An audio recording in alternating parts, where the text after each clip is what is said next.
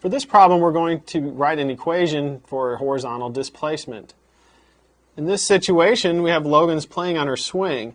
One full swing, that's front to back to front again, takes 6 seconds. And at the peak of her swing, she is at an angle of 42 degrees with the vertical. If her swing is 5 feet long, and we ignore all resistive forces, write an equation that relates her horizontal displacement from the rest position after time t. Since we're considering the initial time t0, that's in the rest position. The rest position is the vertical position, that is d is equal to 0. Then our equation is going to have the form d is equal to a times the sine of omega t. That's going to be the form of our equation.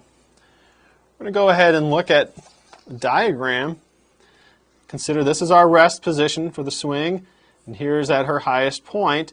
That makes an angle of 42 degrees with the vertical, and the swing is 5 feet long. And this represents our value for A. The period is 6 seconds, so we'll have 6 is equal to 2 pi over omega. It means omega is equal to 2 pi divided by 6, which is equal to pi over 3 radians per second.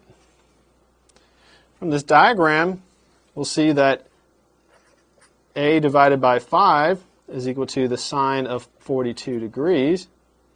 If we solve that for A, we'll find that A is equal to 5 times the sine of 42 degrees.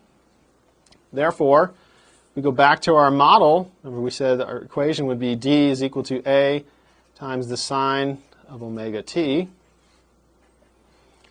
We're going to have 5 times the sine of 42 degrees times the sine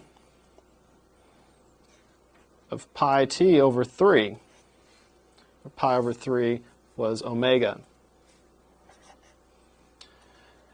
If we approximate the sine of 42 degrees, it gives us our equation that d is roughly 3.346 times the sine of pi over 3 times t, where t is in seconds.